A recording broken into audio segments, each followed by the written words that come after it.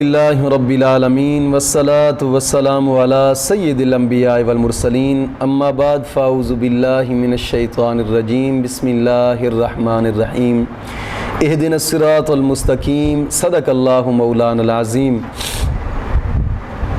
روحانی پاورفل وظائف میں سے آج ایک اہم سبق جو کہ پریشانی اور تنگ دستی دور کرنے کا نبوی عمل، نبی اکرم صلی اللہ تعالیٰ علیہ وسلم کا فرمایا ہوا عمل، اس عمل کی گارنٹی خود حضور کا فرمان ہی دے رہا ہے۔ اور چلو پہلے جو وظائف تھے وہ تو بزرگوں کے آزمائے ہوئے وظائف تھے، یہ جو وظیفہ ہے الحمدللہ حضور کے صحابہ کا آزمایا ہوا وظیفہ ہے، اور حضور نے خود بتایا اور صحابہ کرام نے اس پر عمل کیا، اور پھر کیا شان ہوگی اس وظیفے کی یار، بڑا ہی برکتوں والا ہوگا۔ اور اس وظیفے کو آل بیت اطہار کے آزمودہ وظائف میں اس کو پایا گیا ہے۔ اور ایک کتاب ہے آل بیت اطہار کے آزمودہ وظائف، اس کتاب کے صفحہ نمبر 44 پر بھی یہ وظیفہ موجود ہے۔ یعنی حضور کی آل اس وظیفے کو عمل کرتی رہی ہے، سید بادشاہ اس وظیفے کے اوپر عمل کرتے رہے، اور ہزاروں بلکہ کیا لاکھوں کروڑوں کی بات کرتے ہیں، کیونکہ جب بتایا حضور نے ہے تو پھر کتنوں نے پڑھا ہوگا یار، کتنوں نے فائدہ اٹھایا ہوگا۔ اور حضور جو وظیفہ بتایا اور وہ پریشانی اس وظیفے سے حل نہ ہو، یہ کیسے ہو سکتا ہے؟ ایسا مجرب، میں کہتا ہوں پتھر پر لکیر کیا چیز ہے، حضور کا فرمان تو کیا ہی بات ہے۔ ہاں، حضور کا فرمان ہمارے لیے قرآن ہے بابا۔ ہاں، جو حضور کے ساتھ فرمان کرتا ہے، جو حضور کے فرمان پہ شک کرے تو وہ تو ایمان سے بھی خارج نظر آتا ہے۔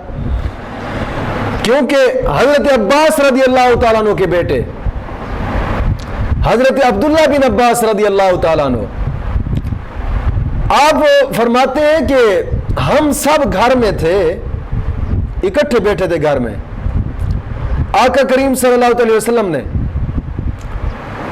حضور نے دروازے کی دونوں چوکھٹوں کو پکڑ کر فرمایا، دونوں چوکھٹیں دروازے تھی نا، دروازے کی دونوں چوکھٹ ایسے ہی، ادھر بھی چوکھٹ پکڑی اور ادھر بھی چوکھٹ پکڑی، دونوں چوکھٹ پکڑ کر حضور نے فرمایا، اے بنو عبد المطلب،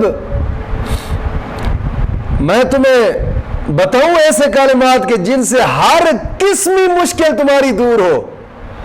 عرض کرتے ہیں یا رسول اللہ کیوں نہ ہو؟ حضور حکم فرمائے، آپ کے منہ سے جو الفاظ نکلتے ہیں وہ تو پھول جھڑتے ہیں، حضور پھولوں کو بھی شرماتے ہیں، کمال ہے۔ حضور فرمائے کوئی ایسے الفاظ بتائیں جن سے ہر پریشانی دور ہوتی ہے۔